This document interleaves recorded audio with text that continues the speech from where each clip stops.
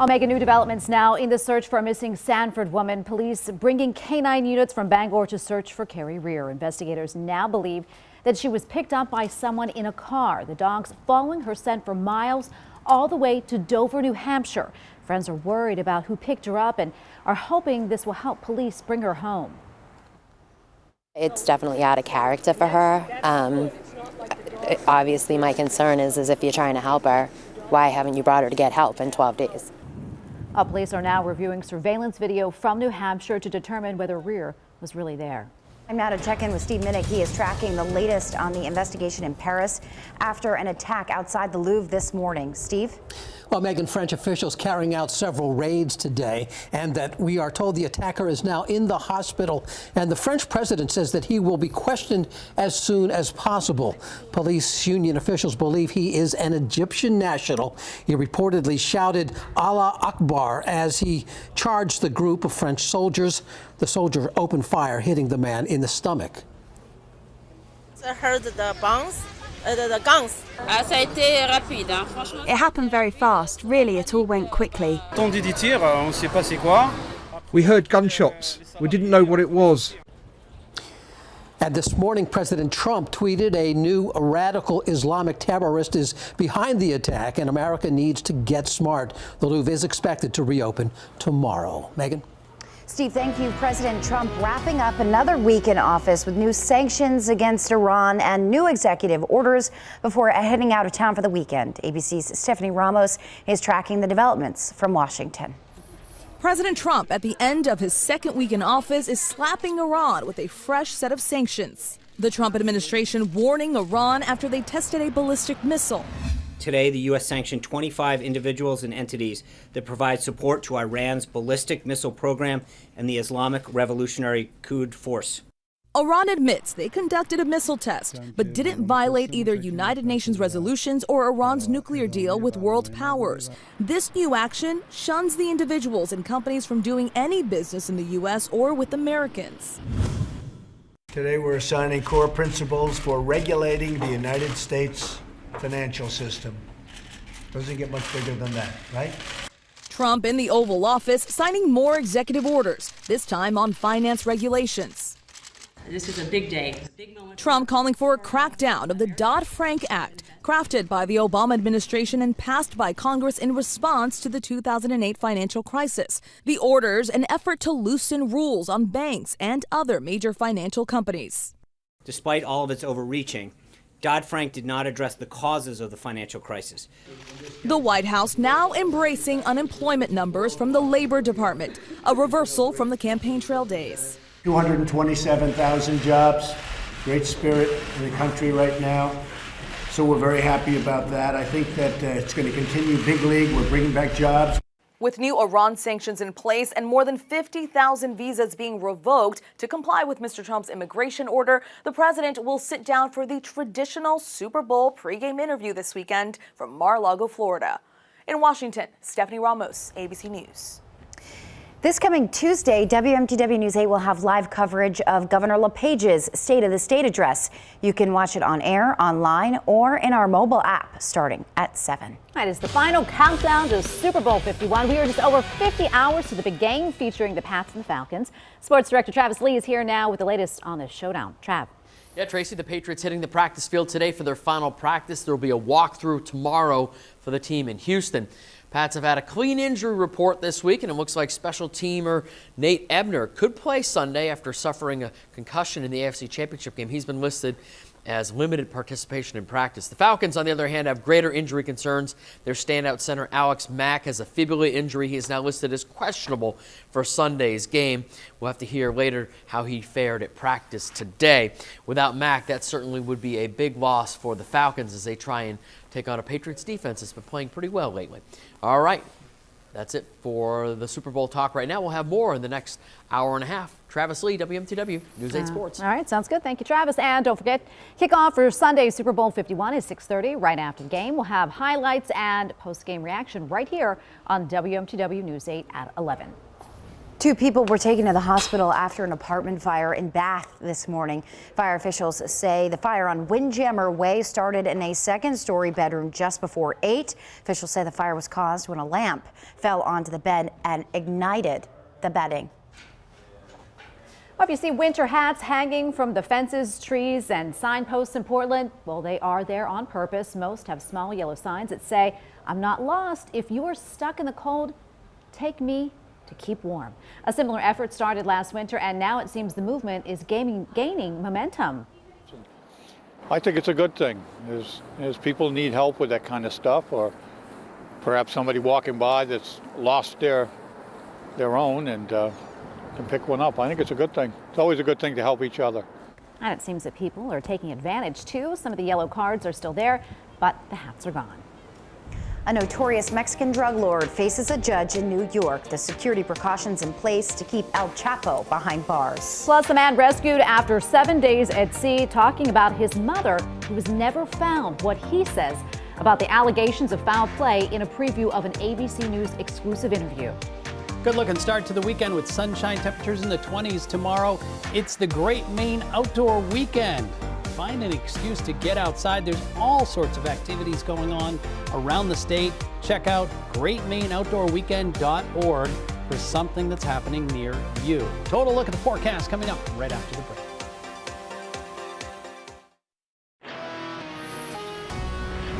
Day that started out with lots of sunshine and bright blue sky. Pictures coming to us here from Spring Point, looking out over the ledge and the Spring Point Lighthouse.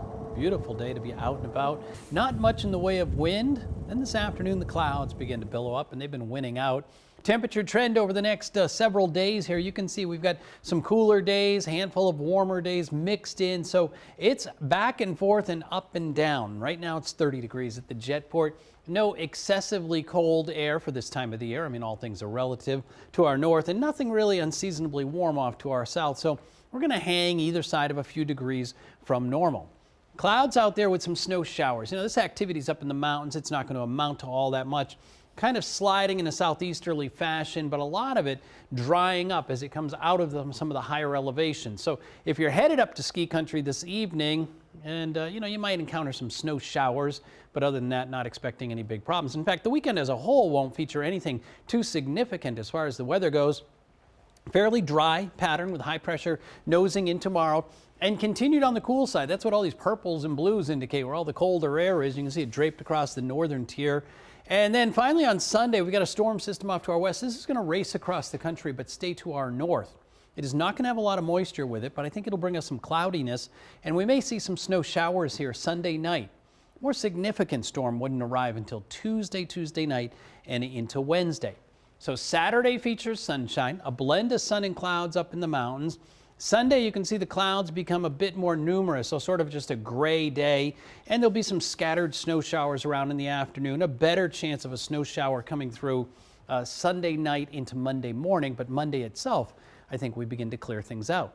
29 tomorrow, 35 on Sunday, and 30 on Monday. Inland areas pretty much the same. The warmest day is Sunday, and the mountains will be in the teens, but warming on Sunday into the mid-20s. Here's my forecast on a Friday afternoon. Mainly clear skies tonight with some mountain snow showers. Tomorrow it's mostly sunny, seasonable. We'll get to 29 with a west wind. Snow showers on Sunday, sunshine for Monday, and then our next storm looks to bring snow, changing to ice, and perhaps changing to rain. Mountains may stay all snow, and inland areas may be just a mess of snow and ice. Arriving Tuesday, ending Wednesday. More on that as it gets closer. Tracy? All right, thank you, Roger. A notorious Mexican drug lord going before a judge in a New York City court today. Joaquin El Chapo Guzman faces 17 criminal charges. He is believed to be the mastermind behind a massive drug operation that held power through kidnapping and murder. ABC's Lana Zock reports now from New York. The Brooklyn Bridge was partially shut down as Joaquin El Chapo Guzman was transported from his solitary prison cell to a federal courtroom. Security a top concern for the drug lord, who has twice escaped from maximum security Mexican prisons, most recently slipping out through a hole in the floor into an elaborate tunnel. Now here in New York, authorities are taking no chances. Strict security provisions, his defense team spelling them out. He's locked in a cell for 23 hours a day. He's only permitted out to speak to limited members of our office and 1 hour of exercise a day. His only visitors, his lawyers. Part of the argument from the defense is that they need more people available to see him if they're going to prepare a proper defense, including fluent Spanish speakers. Another person hoping to see Guzman, his wife, a former beauty queen. He smiled at her in court. The two have not been permitted to talk on the phone since he was extradited to the U.S. about 2 weeks ago. His court-appointed lawyers argued that the restrictions on him have been excessive. But the prosecutors questioned if that taxpayer-funded public defense team is appropriate for the drug kingpin, believed to be worth more than $1 billion. They say he can hire his own lawyer. The defense said he doesn't have any access to his money. The judge said maybe his family can do it for him. In fact, Guzman was once included on Forbes magazine's list of the world's billionaires, and the United States government is asking for $14 billion in restitution. Lana Zak, ABC News, New York. Turning now to an ABC News exclusive, the Vermont man who was lost at sea for 7 days. Speaking about the ordeal, Nathan Carmen and his mother were on a fishing trip when his boat sank. Nathan was rescued, but his mom was never found.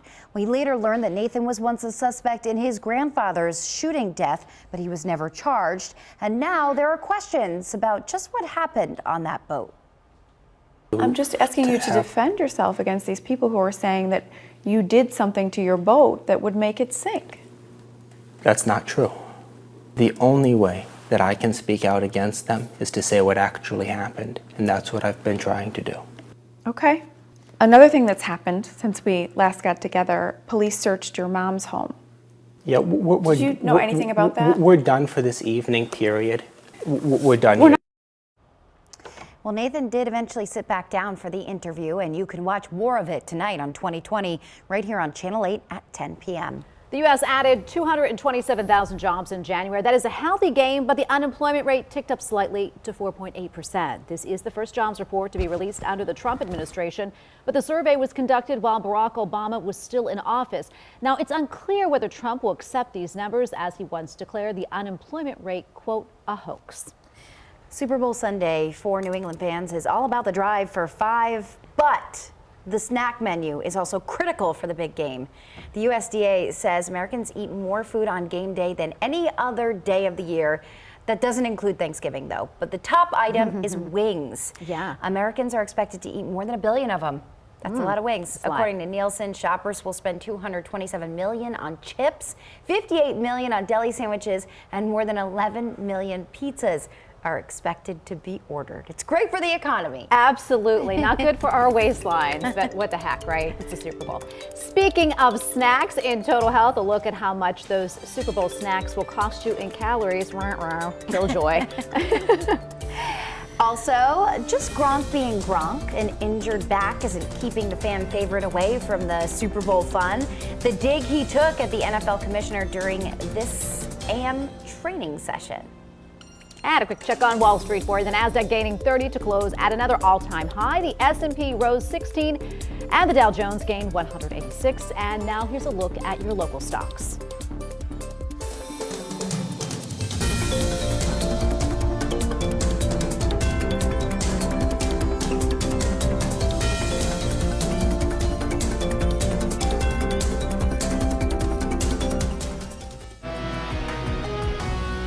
Well, the mountains might not be a bad place to spend Super Bowl Sunday. No, you know, the crowds are down as far as the ski areas, and there's been fresh snow almost every day. Just another inch, inch and a half, couple of inches of powder. Great. So, yeah, it's been piling up quickly. We're checking the forecast on a Friday afternoon. If you are planning to do some hiking, the summits, you get up above 4,000 feet, you're going to run into clouds, a trace to another inch of new snow. Temperatures near zero with how about some high wind? That's going to be the big deal. 55 to 75 mile per hour winds gusting close to 90. Midday temperature, Mount Washington summit about -4, but your wind chill pushing 44 below. Now trail conditions, packed snow, you're going to run into some ice. Snowshoes and crampons are needed. And again, that high wind above tree line.